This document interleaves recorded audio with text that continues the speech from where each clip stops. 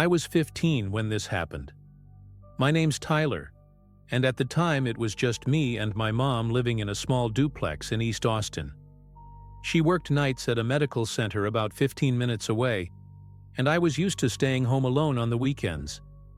Honestly, I didn't mind it.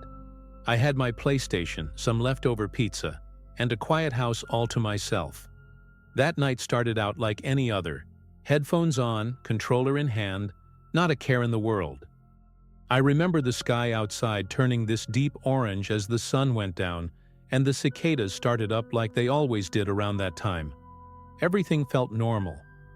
It was maybe around 10:40 p.m. when I heard the first sound. A slow, distinct creak from downstairs. At first I thought it was just the house settling. It does that sometimes, especially when the AC kicks on. But then I heard footsteps. Not fast or loud. Just slow, deliberate steps moving across the hardwood floor below.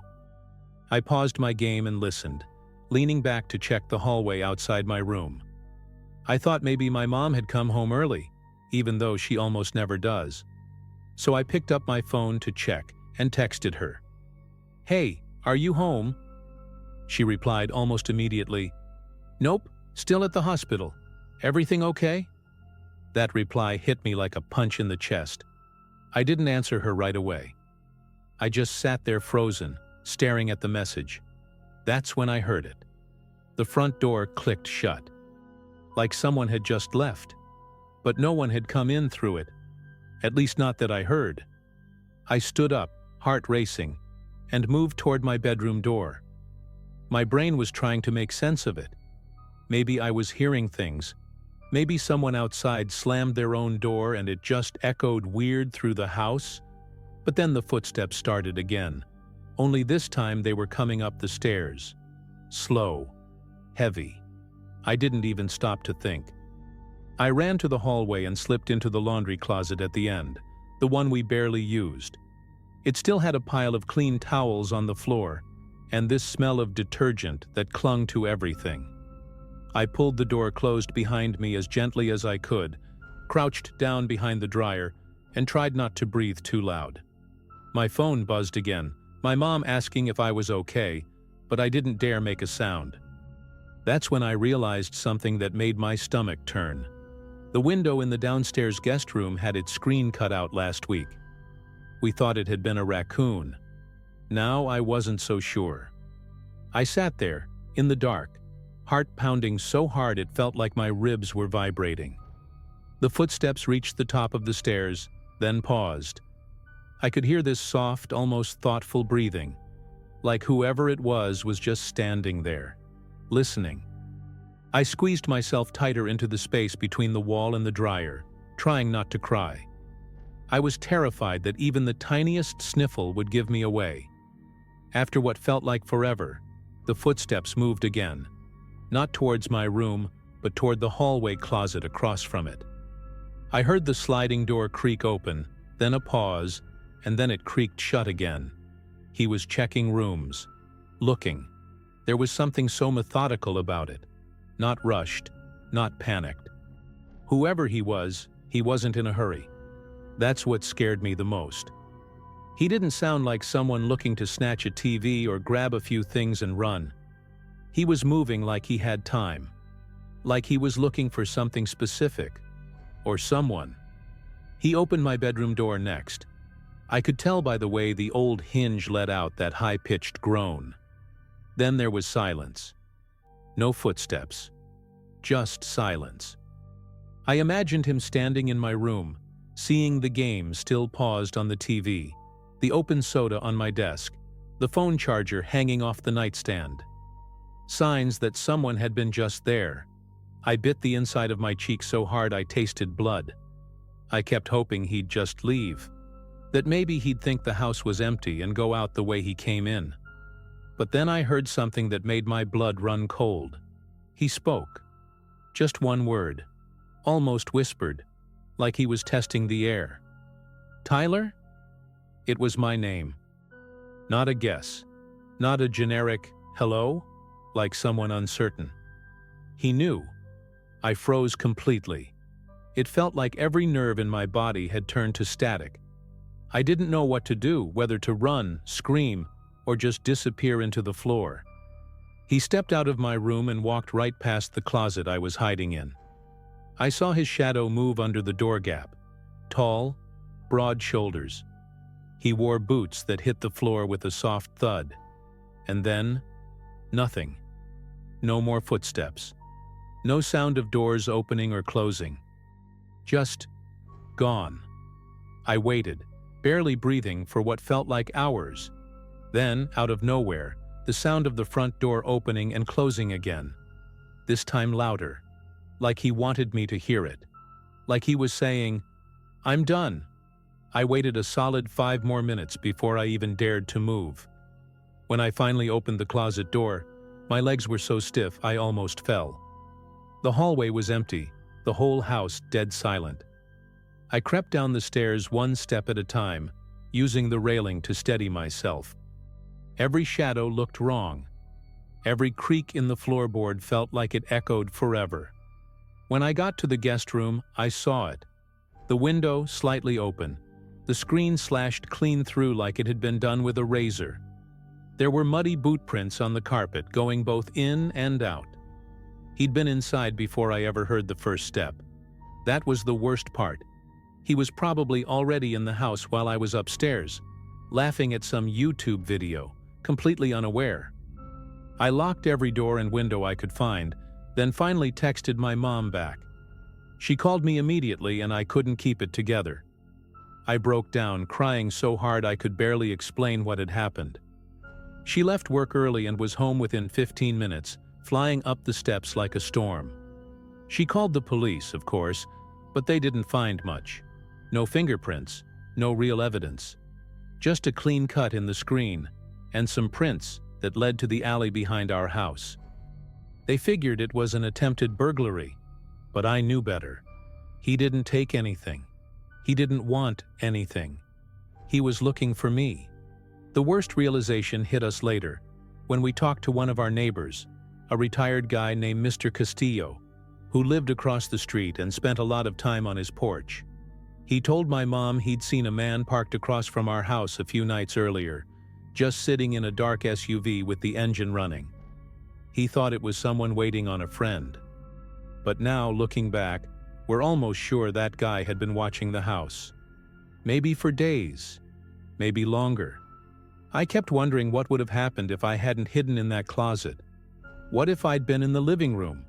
What if I hadn't checked my phone? We moved 2 months later.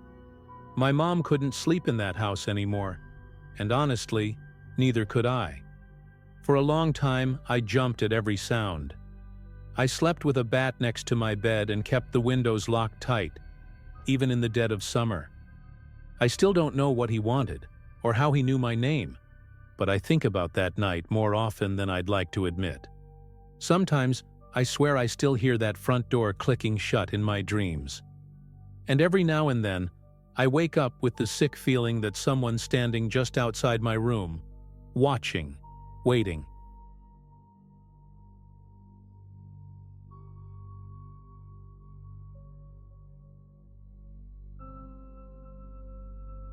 I'm not the kind of person who usually shares stuff like this online, but I haven't been able to sleep properly since it happened, and part of me thinks getting it out might help. I'm 25, and this happened earlier last year, around mid-September. I was living with 2 roommates, Chloe and Vanessa, in a modest 1-story rental on the outskirts of a quiet subdivision in Houston. We weren't in the middle of nowhere, but it definitely had that in-between vibe, close enough to the city to not feel isolated, but far enough that the nights were dead silent and you didn't see many people walking around after dark. I worked remotely as a graphic designer, so I was home more often than the other 2, which meant I noticed things sooner than they did. It started small. At first it was just our dog Milo acting strange.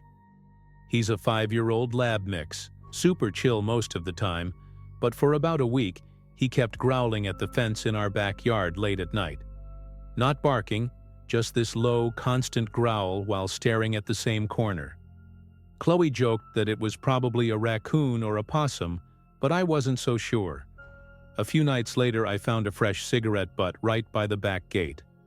None of us smoke, and we don't really have friends over often, so it stood out. Still, I figured maybe it blew in from the street or something.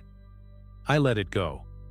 Then I started noticing muddy boot prints outside the side window that looks into the laundry room. Not just once, but a few times, always after it had rained, and always in the same place, like someone had been standing there for a while. That window faces the alley between our house and the neighbor's fence, and nobody has any reason to walk through there. It was narrow, cramped, and dark. The kind of space that makes you instinctively glance over your shoulder when you're near it at night. I told my roommates, but they weren't too concerned. Chloe said it was probably a landscaper or something, but that didn't sit right with me. Landscapers don't come around at 11 p.m. The night it happened, Chloe was out with her boyfriend, and Vanessa had gone to visit her parents for the weekend. I didn't mind being alone. I actually liked having the house to myself sometimes. I remember it was a Friday, and I had just made a frozen pizza, curled up on the couch with Milo, and put on a true crime docuseries. Around 9:30 p.m., Milo perked up. Not just a little. His ears shot up, his whole body tensed, and he stared toward the hallway that led to the back of the house. I muted the TV and listened. Nothing at first. Then I heard it, barely audible, like a soft creak or shuffle. It came from the direction of the laundry room. I got up slowly, trying not to make any noise. Milo stayed by my side, tail low, ears back. The hallway lights were off, but the kitchen had a dim overhead glow that let me see just enough to be nervous. As I stepped closer to the laundry room, I noticed the door leading to the backyard wasn't closed all the way. It wasn't wide open, but the latch hadn't caught. That door always stuck a bit. You had to pull it hard to get it to shut properly. I was sure I had locked it earlier. I remembered turning the deadbolt out of habit, like I always did. My stomach dropped. I froze there for a few seconds, heart pounding so loud I could hear it in my ears. I told myself maybe I hadn't locked it all the way. Maybe I was being paranoid, but something felt off. You know when the air in a room just feels wrong? Heavy and still, like you walked in right after someone else left? That's exactly how it felt when I stepped into the laundry room. The smell hit me first, sweat and smoke. Not like cigarette smoke floating through the air, but like it clung to someone's clothes. Milo growled again, deeper this time, and I instinctively turned toward the shadows near the washer. That's when I saw it. A figure, just standing there, barely visible in the low light. He wasn't moving, wasn't speaking, just watching me. I couldn't process it at first. He was wearing dark jeans, a hoodie pulled up, and some kind of mask, like one of those plain white theatrical ones, no expression, no markings. Just blank. I stumbled back, nearly slipping on the tile, and managed to slam the door between us. I locked it and ran into the living room with Milo at my heels. My phone was still on the couch, and my hands were shaking so bad I could barely unlock the screen. I called 911 and tried to explain what was happening, but my voice kept cracking. I remember saying something like, "He didn't break in. He just walked in." I was still staring at the hallway, half expecting to see him standing there. The dispatcher stayed on the line, kept me talking. I told her I was alone, that I had locked all the doors earlier, and that this guy had to have been watching us for a while. I didn't even know if he was still in the house. She told me to stay on the line and go somewhere safe if I could. I locked myself in my bedroom and pushed the dresser in front of the door, still holding Milo's collar so he wouldn't bark. The weirdest part? I never heard another sound. No footsteps, no running, no doors. Just complete silence. When the cops showed up, I watched through the blinds as they moved through the backyard with flashlights. They didn't find him. Not in the house, not outside. He was just gone. The cops were nice, but I could tell they thought I was exaggerating. They checked the door, no signs of forced entry. They even asked if maybe I'd imagined it, or if someone I knew could have come by. I kept telling them no, this guy didn't come to steal anything. He didn't take a single thing from the house. He didn't even touch anything as far as I could tell. It felt like he came in just to be there, to watch. And the mask. That's what stuck with me the most. It wasn't some creepy Halloween thing, it was completely plain. Like he wanted to be forgettable, but unforgettable at the same time, if that makes sense. They found more cigarette butts by the fence, right near that corner Milo always growled at. And muddy footprints, just like the ones I'd seen before.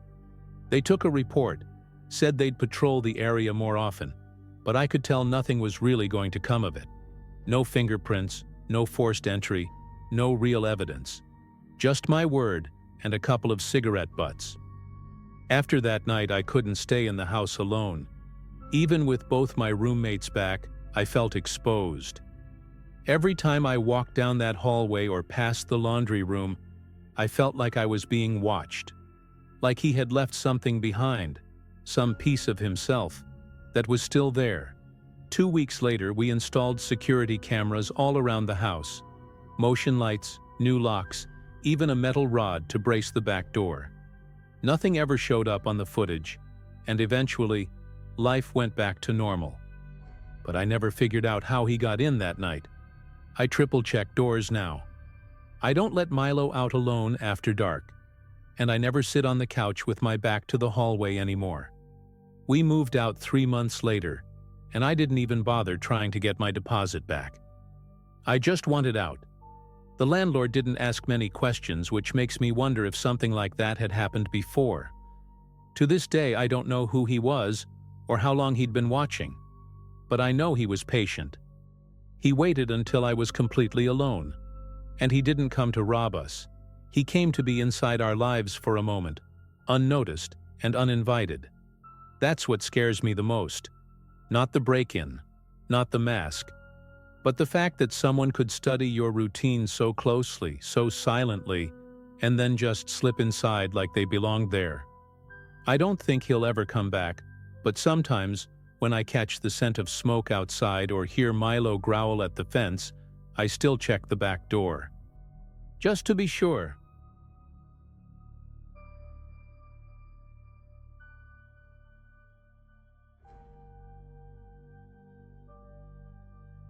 I'm not sure if this belongs here, but I've read enough stories on this forum to know mine doesn't feel that different. I live alone in Plano, Texas, in a single-story house in a quiet cul-de-sac. Nothing fancy, just a 3-bedroom place with a small yard and an attached garage. I moved here about 8 months ago after my divorce, trying to start fresh. I'm 42, work in IT, and I keep to myself. Back in October, I finally felt like I was settling into a routine. Wake up, go to work, come home, make something simple for dinner, maybe watch a show or read, and sleep. I've always been pretty methodical about things, especially now that I'm living alone. I lock everything, double-check the doors, and my garage is connected to a smart system on my phone. I like having that kind of control, or at least I used to. This happened on a Thursday night. I got home around 9:15 p.m. after staying late at the office to finish a deployment. When I pulled into the driveway, I noticed the garage light was already on. I paused for a second. I have a rule about that. I always turn it off manually, every night, before I go to bed. That little switch has become part of my ritual, like brushing my teeth or setting the alarm. So seeing it on instantly made me uneasy. But I figured maybe I'd left it on by accident that morning, or maybe it was the motion sensor reacting to a stray cat or something. I live near a greenbelt, so it's not uncommon to see possums or raccoons nosing around. I shook it off, went inside, ate a frozen burrito, and fell asleep on the couch watching YouTube. The next few days were weird. Subtle things, like my motion-activated lights blinking at odd hours, always between 2 and 4 a.m. I didn't think too much of it at first. Maybe a branch blowing in the wind was triggering it, or a neighbor's cat had decided my porch was a good place to nap. But then on Saturday, I opened the app connected to my garage and noticed a notification. Failed code attempt, 2:38 a.m. And then another. Failed code attempt, 3:11 a.m. The app logs everything, but I'd never seen that before. The thing is, there's only one person besides me who ever had that code. My ex-wife, Melissa. And she swore she deleted it when she moved out. I stared at the screen longer than I should have, just watching the timestamps repeat. I should have changed the code right then. I don't know why I didn't. I told myself it was a glitch. Maybe the keypad was faulty, or maybe someone nearby was accidentally triggering it with some kind of universal remote. I even Googled it and found a couple of threads talking about overlapping frequencies or weird bugs in older models. That made me feel a little better, at least for a while. Sunday came and went without anything unusual, and by Monday I'd mostly put it out of my mind. But that night, around 11:40 p.m., while I was brushing my teeth with the bathroom fan humming low in the background, I heard it. That familiar mechanical whir of the garage door starting to rise. It was unmistakable. That grinding hydraulic groan that echoed slightly through the walls. For a second, I froze, toothbrush still in my mouth, wondering if I was imagining it. But I wasn't. I spit out the toothpaste and ran to the hallway, heart already pounding. From there, I could see the little sliver of light under the door that leads to the garage, growing brighter. It meant the door was still moving up. I hesitated for maybe 2 seconds, then bolted to the bedroom and grabbed the old aluminum bat I kept under the bed. I don't own a gun, never felt the need to, but right then I wished I did. I crept toward the door, moving as quietly as I could, not sure if I should open it or call the cops first. But by the time I got there, the noise had stopped. Total silence. I placed my hand on the knob, held my breath, and slowly turned it. When I pushed the door open, the garage was completely empty, or at least it looked that way. The overhead light was still on, flickering faintly like it does when the bulb's about to go. The garage door was all the way up. Cold air drifted in from outside, and my headlights bounced softly off the neighbor's fence across the driveway. No one was in sight. No footsteps, no car, just that eerie silence that makes your ears feel too open. I stepped out into the garage, keeping my back against the wall, glancing around like I was clearing a room in some cop show. Nothing. But the keypad on the side, the one next to the door frame, was still blinking. Someone had entered the code. Successfully. That's the part that made my skin crawl. It hadn't been a failed attempt this time. I went back inside, locked every door again, and reset the garage code from the app on my phone. I changed it to something completely random, something even I had trouble memorizing. Then I turned off the app notifications because I didn't want to see them anymore. I couldn't sleep that night. Every time I closed my eyes, I imagined someone standing just outside the window, watching, waiting. I kept getting up to double-check the locks, to peek through the blinds. My own reflection in the glass started to look unfamiliar. I was jumpy, paranoid, exhausted. But at least I thought I'd fixed the issue. The new code hadn't been shared with anyone. Not even Melissa. I didn't think anyone could get in anymore. But Tuesday night, the garage light came on again. And I'm not talking motion sensor. I had already disabled that entirely. I mean the actual ceiling light. The one you have to switch on manually from inside or trigger by opening the garage with the code. It came on at exactly 3:12 a.m. I know because I was awake, lying in bed, watching the hallway glow with that same pale orange cast I recognized instantly. I sat up, waited, prayed it would turn off, but it didn't. I walked to the kitchen, slowly, holding the bat again, my feet silent on the tile. From the kitchen window I could see the inside of the garage through the small pane in the connecting door. The door was closed now. The light was on. And someone, Someone had shut the garage after coming in. I don't think I've ever felt that kind of stillness in my own home before. It was like the house was holding its breath with me. I stood there in the kitchen, gripping the bat so tight my fingers went numb, just staring at that closed door. The garage light was still on, casting a faint glow through the gap underneath. I couldn't hear anything, not a creak, not a footstep, but something in me was screaming that someone was on the other side of that door. Not trying to rob me, not trying to steal my car. Just there, waiting. That's what terrified me the most. The stillness, like they weren't in a rush, like they belonged there. I backed away slowly and grabbed my phone, hands shaking, and dialed 911. The dispatcher asked if anyone had broken in. I said yes, but then paused, realizing I couldn't prove it. The door was closed, there was no broken glass, and the garage was connected to the house.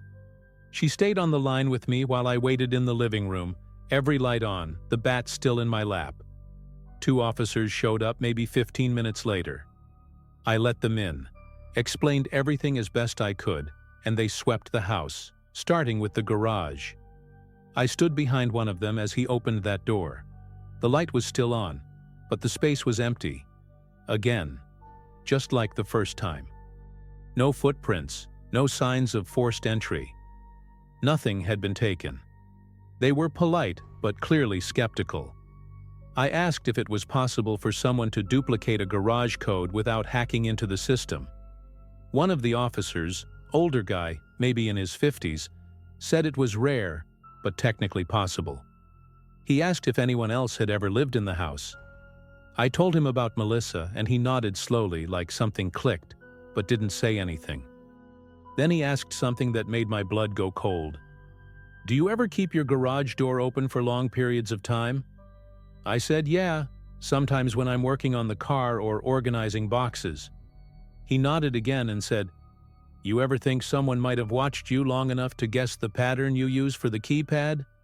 That stuck with me, because yeah, I always used the same sequence, my birthday, reversed. Dumb, I know. The officers left around 4 a.m. after checking everything again. I didn't sleep a second that night. The next morning I called a local company and had the entire garage system replaced. Keypad, motor, app, everything.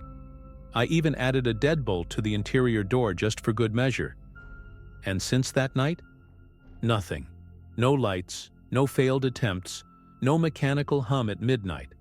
But that feeling, that someone was in there, just standing silently in my garage while I brushed my teeth, that doesn't leave. I think about it every time I walk past that door. I don't know who it was. I don't know what they wanted. But I know for a fact, they weren't there to steal anything.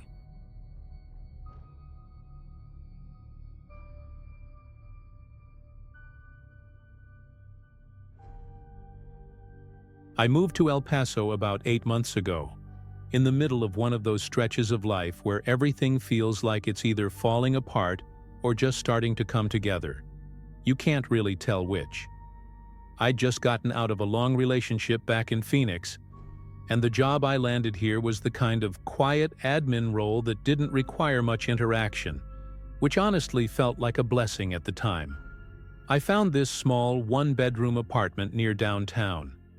Ground floor tucked in behind a long row of cactus hedges and a chain-link gate that mostly stayed open. It wasn't fancy, but it had these big sliding windows in the bedroom that let in this soft, golden desert light in the mornings. It felt like a clean start. Quiet. Uncomplicated. The tapping started maybe 3 weeks after I settled in. At first I didn't even really register it. It was faint, kind of irregular, like the way tree branches scrape windows when the wind picks up. Except there weren't any trees near that side of the apartment, just a narrow gravel path and the side of the neighboring building. I told myself it was probably the wind shifting something on the roof or a bird knocking into the glass.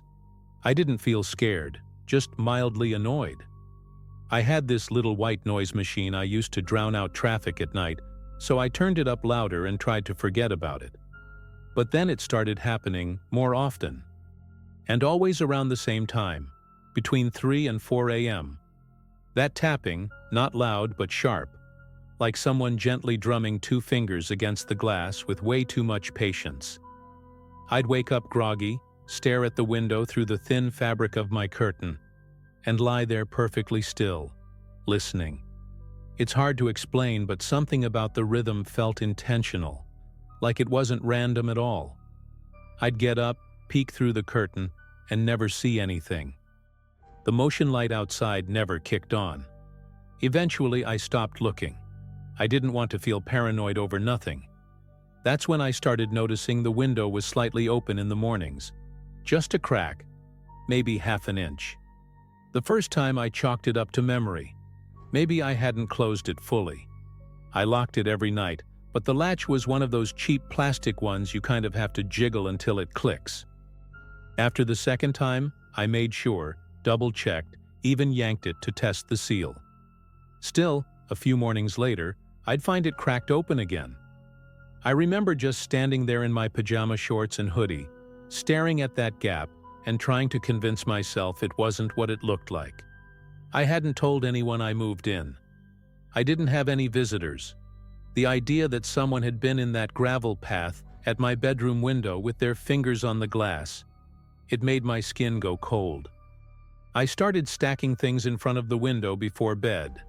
Nothing dramatic, just a few mugs and an old wine glass on the sill, balanced in a way that if the window moved even a little, they'd clink or fall. It wasn't exactly a security system, but it made me feel like I had some kind of control. I didn't tell anyone about it. It felt too weird to explain without sounding dramatic, and part of me still wasn't totally convinced it wasn't just me. Stress? New place? Living alone for the first time in years? It messes with your head. But that didn't stop me from pushing a dining chair against the frame every night, just in case. The crash came at 3:47 a.m. I know because I looked at the clock the second I jolted awake. The sound was so loud, so violent, that for a second I thought someone had thrown a rock through the window. The glass had shattered onto the floor, my wine glass, the mugs, everything. I sat up, heart pounding, my ears ringing in the silence after the noise. And then I realized the curtain was moving. Just slightly, swaying like someone had brushed it with their hand from the outside. I didn't scream. I didn't move.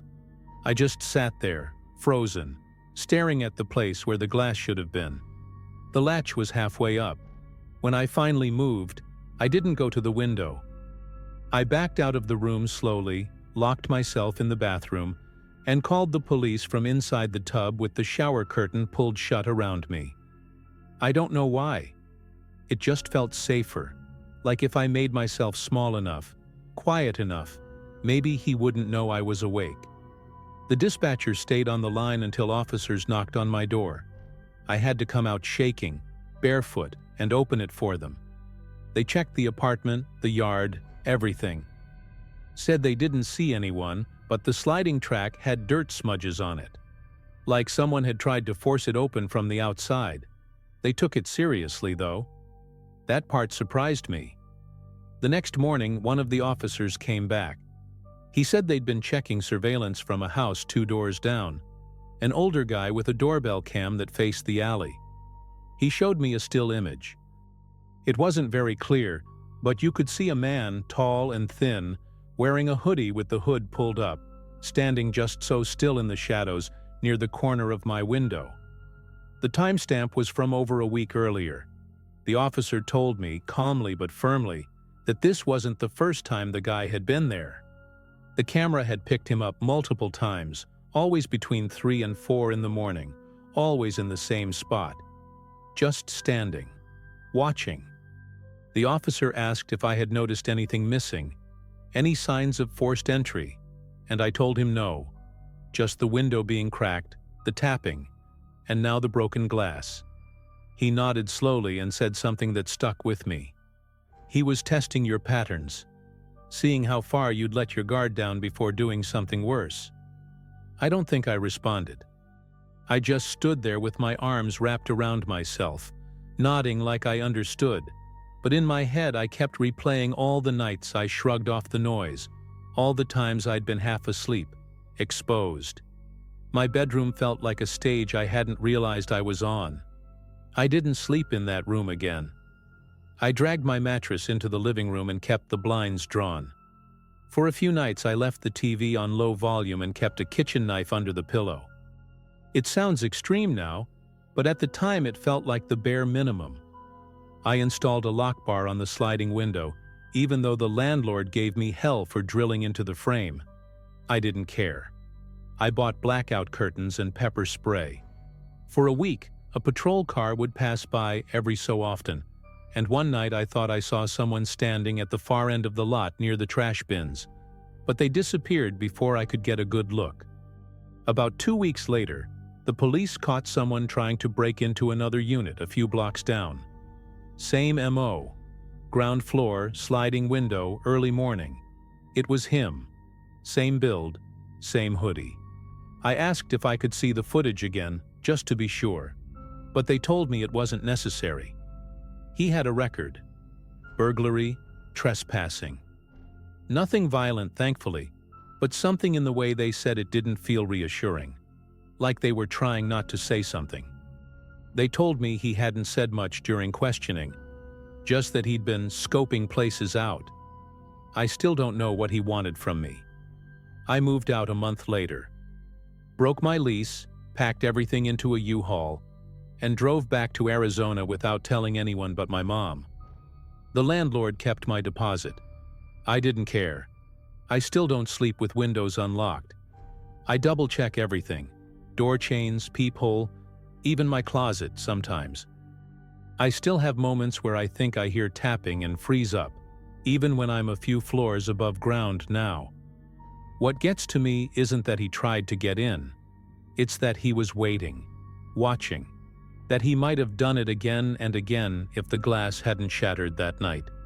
And I'll never know how many nights he was out there, just inches away, while I slept like nothing was wrong.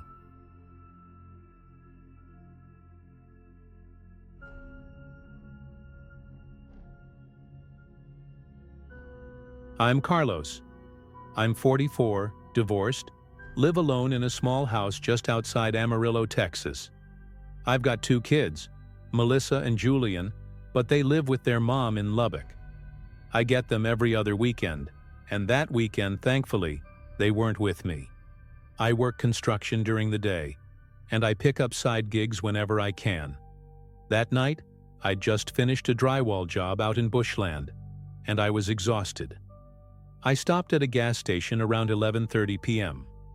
One of those dimly lit ones right off I-40. The kind where the pump screen barely works and everything smells like burnt coffee and old oil. It wasn't anything out of the ordinary. I grabbed a Gatorade and some beef jerky from inside, paid cash, and hit the road. I remember there was a black SUV parked at Pump 3 when I pulled in, lights off, just sitting there. Thought it was odd, but didn't think too much of it. Figured someone was waiting on a passenger or checking directions or something. I filled up, didn't make eye contact with anyone, and left. But as soon as I got back on the road, I noticed headlights behind me. Same SUV, tinted windows, dark rims, nothing flashy, just following. At first, I didn't panic. It's a straight shot to my place, about 20 minutes, and maybe they were heading the same way. But then I switched lanes randomly, and so did they. I slowed down below the speed limit. They slowed too. Every turn I made, they mirrored. My gut started to twist, but I kept telling myself, "You're just tired. You're overthinking this." Still, I took a few extra turns through my neighborhood just to be sure. Eventually, when I pulled into my driveway, the SUV kept going, but really slowly, and then turned down the side street behind my house. That's when the hairs on the back of my neck stood up. I went inside and locked the door. Tried not to freak out, but I couldn't shake the feeling that something was off. I peeked out through the blinds a few times but didn't see the SUV again. I figured maybe they'd just gotten lost. Maybe I'd overreacted. I kicked off my boots and went to the kitchen to make a sandwich. I'd just taken the ham out of the fridge when, bam, the power cut out. Everything went dead. No lights, no fridge hum. Just silence. My first thought was the breaker, so I grabbed my flashlight from the drawer and went around the side of the house to check it. It was when I bent down to open the panel that I heard footsteps behind me. Before I could turn around, something heavy slammed into the back of my head. Not enough to knock me out, but enough to make my ears ring and my knees buckle. I dropped the flashlight, and it rolled under the bushes. I tried to yell, but a hand clamped over my mouth and an arm hooked tight around my chest. Another person, someone bigger, grabbed my legs.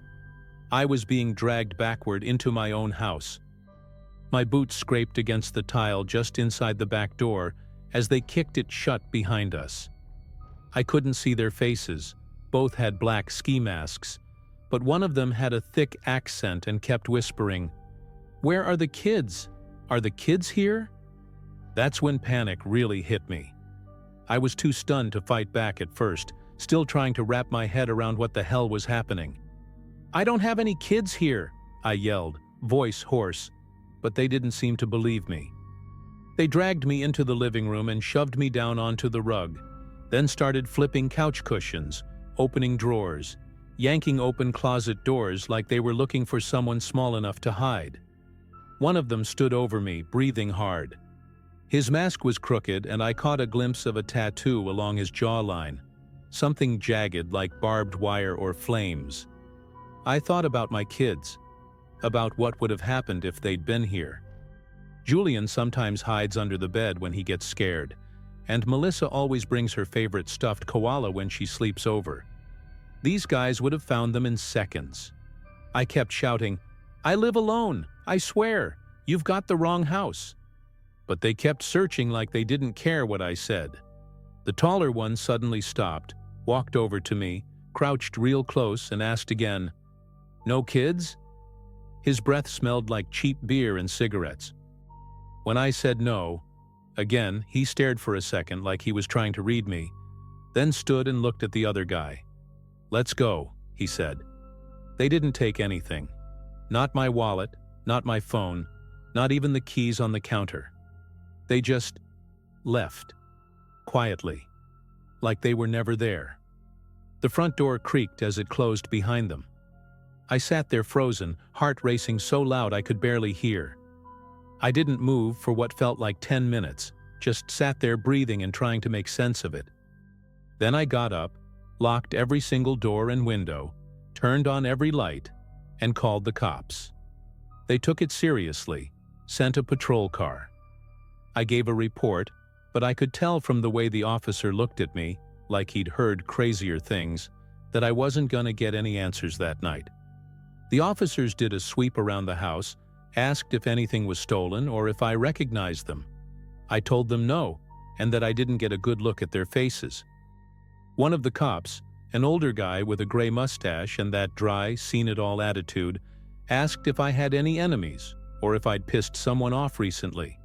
I said no. I'm a pretty low-key guy.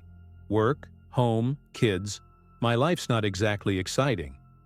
That's when the younger officer asked to see my car. I didn't get it at first, but he explained they'd had similar reports around the Panhandle lately, and some people had found signs that their vehicles were marked. That's when I got this cold, creeping feeling in my gut. I walked with them out to my driveway, flashlight in hand, still a little shaky. We crouched down by the rear bumper, and there it was. A small strip of green electrical tape, barely visible unless you were looking for it, right under the driver's side taillight. I wouldn't have noticed it in 100 years. The younger cop looked at me and nodded, like it confirmed something.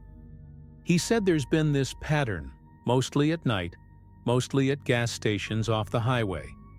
They think some crews mark cars based on what they see. Who's alone, who looks distracted, who might have kids. He said they don't always act on it right away. Sometimes they wait, follow you home, see where you live, if you're alone. The tape is like a signal. something they can use to come back later or pass on to someone else. I felt sick. I asked what kind of people do this. Was it robbery? Was it about me? He just looked at me and said, "We think it's bigger than that." Then he paused, leaned in and added, "They were probably after your kids." I swear my blood turned to ice. The only thing that kept going through my head was, what if it had been next weekend? What if Melissa and Julian had been here? I barely slept that night. I sat by the window with a baseball bat, every light in the house on, just waiting for something, anything, to move outside. But nothing came. No SUV, no knock, no power outage, just silence. The next morning, I checked all my cameras. I've got an old Ring doorbell and 2 motion sensors on the side. Guess what? All dead.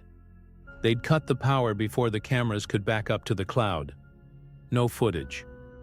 It was like ghosts came and went, and left nothing behind but that stupid piece of tape and the smell of beer breath. I ended up driving straight to my kids' school that morning.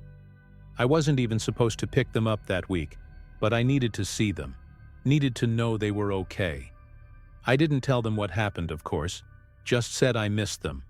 I held them tighter than usual, probably made it weird, but I didn't care. Later that day, I took my car to a shop and had a full security system installed in the house. Cameras with battery backup, reinforced locks, motion lights, even one of those loud driveway alarms that chimes when someone walks by. I also switched out my car the following month. Paranoid? Maybe. But when you've had people in masks dragging you across your own floor, trust me, paranoia becomes survival. A few weeks later, I found out from a neighbor that a house down the street had been broken into the same night. Same MO. No power, 2 guys, no robbery. But that family had kids, 2 little boys. One of them was apparently taken for a few hours and dropped off miles away in the middle of a parking lot. They never found out who did it. The police never connected it officially to my case, but I know in my gut it was the same people. Same black SUV. Same damn tape trick. That night, my house must have been the warm-up, or maybe they got spooked when they realized there were no kids here. To this day, I still check under my bumper whenever I leave a gas station. Doesn't matter if it's noon or midnight. I park under lights, keep a crowbar under the seat, and I don't let my kids near my car unless I've checked it front to back. I told my ex about what happened, and now she does the same. It messed me up, man. I was a pretty relaxed guy before all this, but that one night changed how I look at the world. You grow up hearing about evil as something distant, stuff that happens on the news or in big cities. You never think it's gonna pull up to your driveway in a black SUV and ask if your kids are home. I never saw those guys again, never saw the car. But sometimes, when I'm driving at night and a pair of headlights shows up behind me and sticks there just a little too long, I feel it again. That dread, that crawling heat in the back of my neck. I don't think that fear ever really goes away. And if you're reading this and you ever see something weird stuck under your bumper, or a car that keeps following your turns, don't just shrug it off. I almost did. And I thank God every day my kids weren't here when they came.